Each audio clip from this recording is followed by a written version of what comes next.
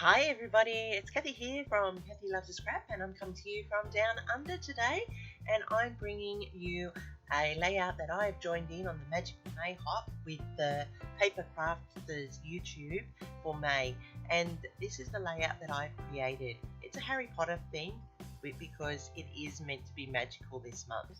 So I've started with these two photos, and they're of my daughter and myself, and we were at the Store of Requirements in Queensland on our recent holiday, and I thought it was perfect for this layout.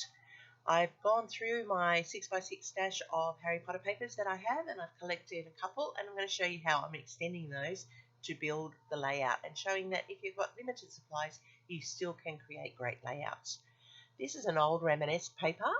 It's Wizarding 101, and I'm going to use this panel, the I Solemnly Swear, in it, and it's a really good, nice thick quality paper.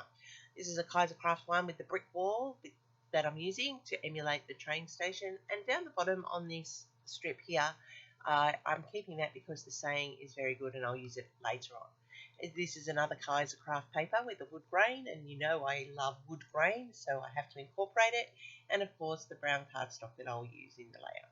This sticker sheet also is a Reminisce sheet. It's a Wizarding 101, and I will use some of the stickers from here, and I've had this for quite a while. I am a big Harry Potter fan, and I have lots of photos where it's incorporated, so I do have a bit of a stash. Alright, so I always start with my framing because I like to frame off my photos, so I've done that, and I've added in the brickwork, which will be my base. Now I've cut some fishtails from the 6x6, which I cut in half, so they're 3x6. And as you can see, they don't go the full length of the page, but because I have that panel in the middle, I'm able to stretch it and fill it on the page. This one on the side, it's okay, you can see the gaps on the sides, but those will be covered by clusters, and that's a way of extending if you've got a piece of paper you want on your page and you don't have enough of it. So think strategically, how is it going to look finally, and how can I build around what I have to make sure that I get the look that I'm after. So I've put in my fishtail patterns behind, and then I've added the panel of wood over the top, and that will be the base for the photos.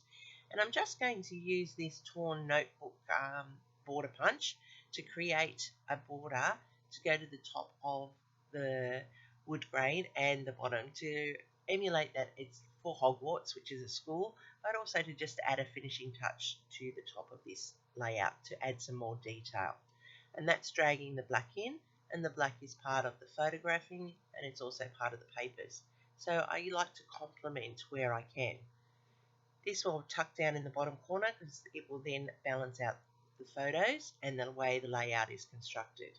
I've double matted the photos, and I've also put them into a 2 photo frame so that they are all one piece.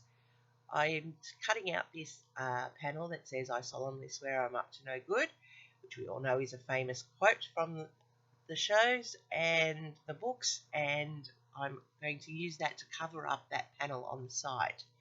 I use my foam tape to pop this. I really do need to investigate looking at foam, but I just like foam tape. It's easy and convenient for me. I've now gone and die cut a whole lot of Harry Potter dies that I own, and I'm just layering them up around the layout, and as you can see, I'm covering up the gaps. I use that Harry Potter lightning bolt sticker there in the corner, and that covers up that missing bit of black in the background. This strip here goes across the page, and it ties the whole layout together, and it seals like the banners into place. This is a great way of using up all your die cuts. It's also a great way of building clusters that aren't flowers. A lot of people use flowers in the clusters. I haven't used a flower in this one at all. So I went back and I re-backed this die cut because I really wanted it to really pop off the page, and the red in the background helps it to do that. By looking at my clusters and arranging them, I'm able to balance out the layout, and you'll see that I have changed where I've put the Deathly Hallows because originally I had it up next to the shield, but I've changed it over here to the bottom right. I have so many dies that I underutilize them, so I need to really get into the habit of using them more, and I really like how these ones all tie in nicely. I'm going to add in a few little stickers now, just to finish it off. Don't be afraid to cut them in half, it's okay. You do what's best. And then I remembered I had these Harry Potter stamps. So I went and got them, and I'm putting in the footsteps like the map and the Marauders map, and I'm going to layer them around the layout so it looks like they're tracing the whole way around the layout. And that's a way of getting your mixed media into your layout. And as you can see, it looks like it's tracing around the map, and I'm just going to come back in down here at the bottom so it goes on and off the page, and I have that part up the top that I just need to add a few more in to finish off that idea that it's roaming the page. Using gold stickers for this one, I'm just going to add a little bit of sparkle to add to that magic feel of the layout, and I'm not overly doing it this time. I'm just going to add a few little dots here and there, and I feel that the layout is quite full and quite finished. As you can see, I've layered up the top corner there. I've put in the border punch and those stamped feet. I've made another little cluster here, which then runs across the page here, and you can see the feet are there, and that all ties it all together. And I love how this came out, and it was a great afternoon with my daughter, and I'm glad that I've done this layout, and I'm actually impressed with how it turned out. So I hope there's something here that you liked. But there's one more thing. Remember, the most important thing, you have to add the time or the date and at least the place. And given that this is going into my cruise album, all those details are already there.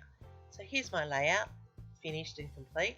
I hope you like it. I hope something inspired you, something you didn't think of before, something that you would like to try. If so, don't forget to give me a like. That lets YouTube know that what I've done is what you are looking for, and they'll push it further and hopefully build up our little world of paper crafters here in YouTube. So thank you for looking today. Remember, everybody can scrap and everybody can do. I'm Kathy, and I'm scrapping with you from down under, and if you liked it, give me a like. Join everybody on the hop. Look down in the subscription below and the description comments, and you'll see all the players listed there, and give them some love as well. Leave a comment and I'll get back to you.